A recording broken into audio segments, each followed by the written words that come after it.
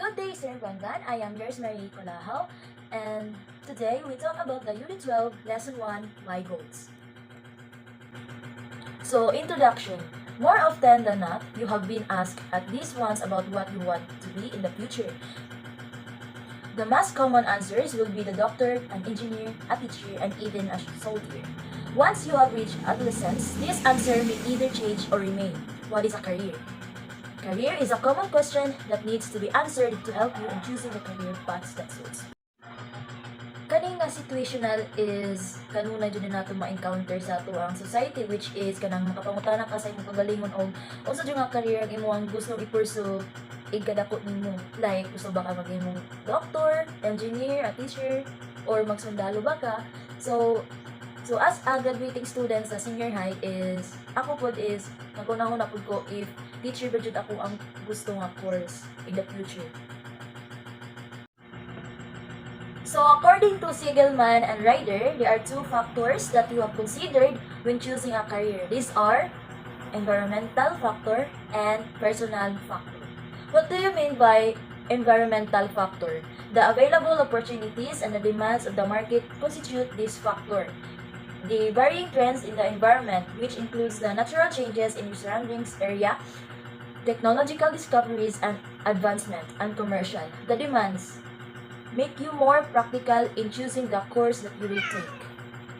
So, ang kaning environmental factor is kana bitaw nakuha ra nimo nga kana nga career tungod sa imong surroundings, like makakita kag mga different professionals nga kuan bitaw mga tao, so murag na encourage ka nga mahimo pud ka nga usa nila. Kay not all biya nga career is giplano jud, like murag on the spot lang jud siya ba nang wala sa plano nimo nga may ngana di ka nga kuan nga career imong gusto nga pilion ka future nimo. So second is the personal factor. Young individuals also take into consideration their own strengths and limitations when mapping out their career plans. Their skills, socio-economic status, their personal and physical capabilities are strength indicators of what their potential career is. So at the time na makapili na ka og career, so you will make sure nga ang imong kaugalingon is ready with that course, kay basin niya imo na nagipili nga course is wala jud kay lain choice ba, like nagipagsama ra kasi imong friends, imong kanang mga relatives nimo, like o kana nga kuan course ko ana, so basig napilit ra pud bitaw ka nga kana imong course nga gipili tungod lagi kay wala kayo tay kuan kwarta ibayad sa mga nice nga course like pilot, like engineer, so dili mo kayo tanan di ba maka kuan ana nga course. So dapat sa personal factor is dapat ug unsa joy course nimo mo joy mo tumanon, di lang kay nga kanay mo nga course is tungod kay na imong amiga dito, but also dapat i-pursue jud nimo unsay course nimo, di lang kay sa uban but sa imong kaugalingon. So masud na diri ka nang magplano ka og unsay course nimo, kay mas nindot man jud tan-awon nga imong pilion nga course is kanang gusto jud nimo, like mura bitaw og ma-motivate ka na ihuman siya nga 4 years course nimo ba. So nice kayo nga ag imo jud i-choose na course is kanang ganahan jud nimo, di lang kay sa uban o sa kaugalingon nimo. Kay importante man na kay once nga kanang nga course is dili nimo ganahan, mura bitaw mawad-an ka og gana. So make sure nga magpili ka og course is kana po nga suitable po nimo. So tungod sa career is mura bitaw og ma-improve imong kaugalingon, like you need to contribute to the potential quality of life nga naa nimo. So ang kani nga career is a cruel decision jud siya, like nimo siya una-una og taman bitaw kung kana ba jud nga career is ma-fit ba nimo or gusto lang jud nimo siya or needs lang nimo ba yana. So ang kani career is murag opportunities nimo. Syempre kita ako as a student is if kintahan na nako'y career as a teacher or licensed teacher nako, so agana mo ang success is kung bitaw murag nakasatisfy bitaw sa imong kagalingon. So naay duha ka types sa goals. We have short-term goals and the long-term goals. When we say short-term goals, these goals do not involve a long period of time to achieve. The time allotment of this type can range from several days to several months but will not take more than a year. So na ako'y example diri sa ko ang guide about sa short-term goals. So A young girl is saving her allowance so she can buy a new pair of shoes next month. In this case, her immediate objective of buying a new pair of shoes the following months leads to her short-term goals of saving a certain amount of money within a short period of time. So, ang kaning sa short-term goals is kanang mga goals sa bitaw nga maabot ang mga days, months, like kanang itay na kay gusto mapaliton na kuan kanang phone case tahay niya. Sa kanang mga phone case is more on 100 or 200 kapin na. So, itay ako magtigom kog mga 5 peso a day. So, ang mga 5 peso is, matigom-tigom na nako is, makapayad ako next week. So, muna example sa short-term goals. Like, para ba, nang short na kayo sa mga pagka-goals ba? Like, magtigom na ka for almost several months or weeks. Unlike sa long-term goals.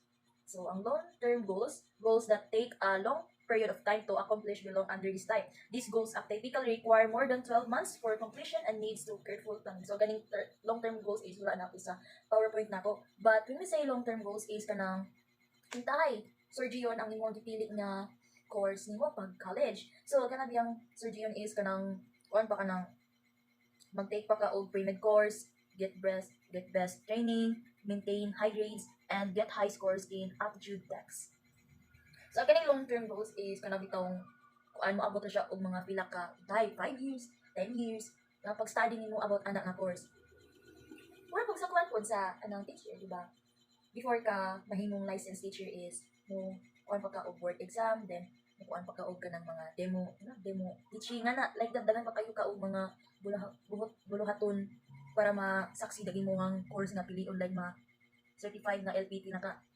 So, more on step by step siya ba nga kuan na goal sa imo ang long-term goals. One thing po about sa mga long-term goals is kanang mga professional na course is more on training, seminars, or practice ba like doctor, engineer, pilot. So, dapat yun is hardworking pa sila una before nila ma-achieve anang nga rank. So, dapat kanang i-edit mo dito kaayo nga studyhan before mo mga about mga 2 years, 3 years, 4 years na kay required lang po nila pud ba nga mag-study sila aron o kitay na naka sa anang nga situation is aware na ka og sa mga buhaton sa as a pilot, as a doctor, so aware na ka sa mga panghitabo nga kuan. Dili siya basta-basta nga tayo na sila naka of course ako man naka of course as a kuan kanang aeronautics tahay. So, yan lang kay Buritso na kamay mayot. So, labad yung kay lain nga na way para mas ma-improve ang imong skills as a pilot. Di siya lalim nga types ng goals ang long-term goals. More on more on planning. Career begins with a plan. A successful career is built along several components. These components are. So, number 1 nimong buhaton para ang imong career is maplana is life goals. So, ang life goals is kanang unsay choice din mo as a career. These are conditions or states that an individual wants to achieve, avoid, or sustain. Life goals are created in a conscious manner, which means that they are easily remembered by a person. Ang kaso kaning life goals is unsay gusto nimo ma-achieve nga mga goals nimo sa imong kinabuhi. Like kung sa gusto mo i-pursue na career. So, pinaka-importante dyan yung life goals kay. Kung wala yung life goals is, asa man dyan padung, imong kahago, imong ka-stress, asa man padung, kung wala kay life goals. Second one is career planning. Entails the selection of appropriate steps necessarily in meeting specific career goals. So, ang kaning career planning is aside sa pagplano sa imong career, so dapat pod interest or skills and potential possessed by the person are matched to the course that he or she would take. So, dapat, aside sa pagplano sa imong career, so, make sure nga, kanang na career nimong gikuha is kanang match put sa imong gusto nga professions po. Kintahay, nag-nursing ka, but in the nag-nursing ka. Balik ko ida.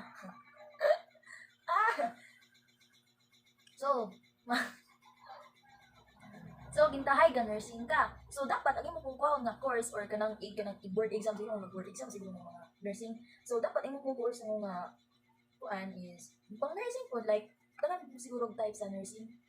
According to Garcia Cox, na nakagraduate siya og bachelor's degree. So, ang goals are kanang dili siya necessarily.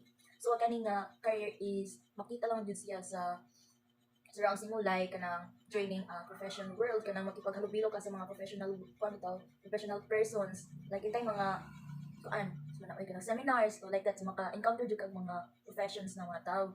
So aside of that is kanang meeting the demands of the work, kanang mag-meeting mo. So ay kung nagkuan, so lang yung mga tawag po dito mga professions like that. So pag isan sa skills nimo, so kuan mo pa na yung maka-develop sa imong career. And then mag-promote ka as kuan like kanang mag-quit ka sa imong gikuha nga kuan bitaw course or intay nag-OJT pa ka, so make sure nga prepare ka sa tanan.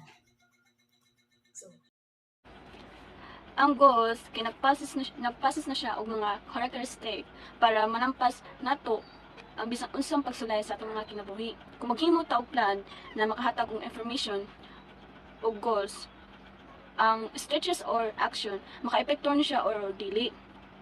Goal setting is very important kay mo ni maka-inspire o motivate ni siya sa atong mga individual para ipadayon ang mga plano nato sa kinabuhi nato, o pwede po ni siya makadaot nato na makaresulta og mga gi-give nato mga dreams nato.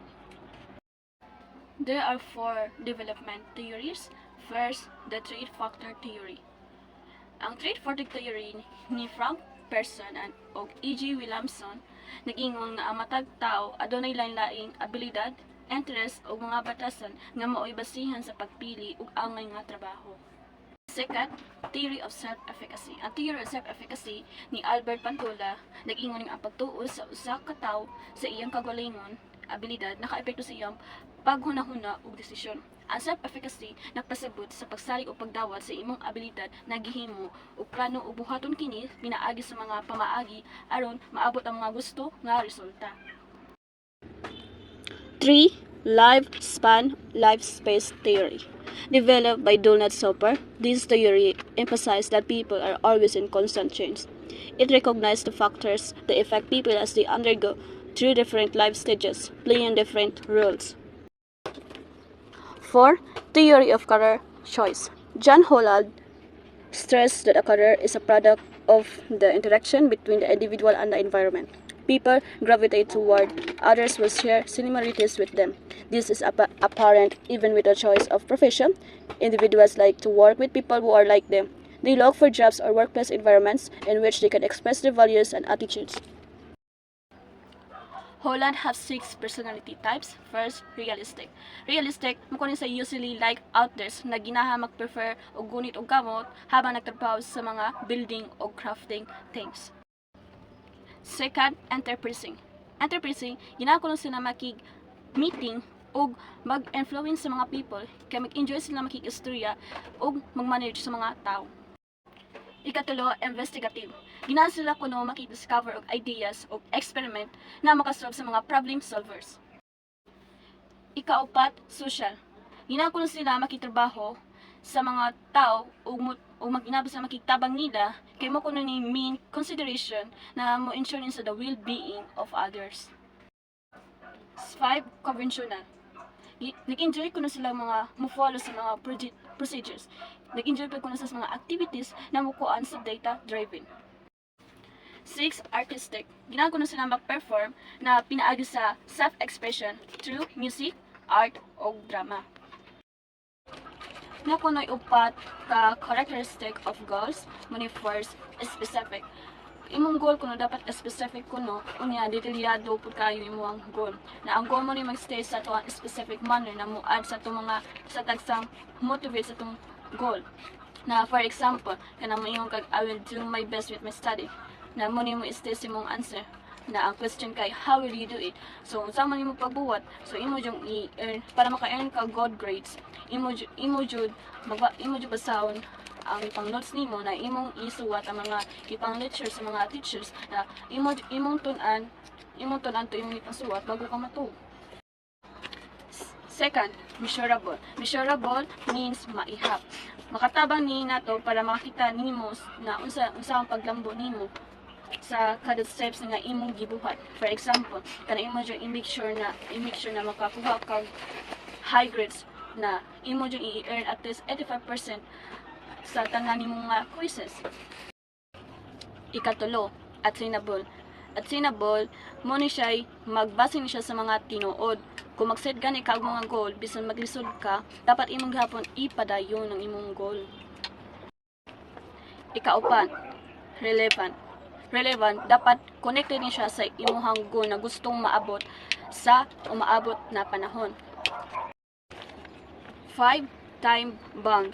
Time bound ka na mag-set kuno ka og specific time na maka-avoid sa mga procrastinate na para maka-achieve ka og goal nga imong gusto. For example, I will finish submitting my requirements on Friday, so I can start researching on the best schools to enroll in college.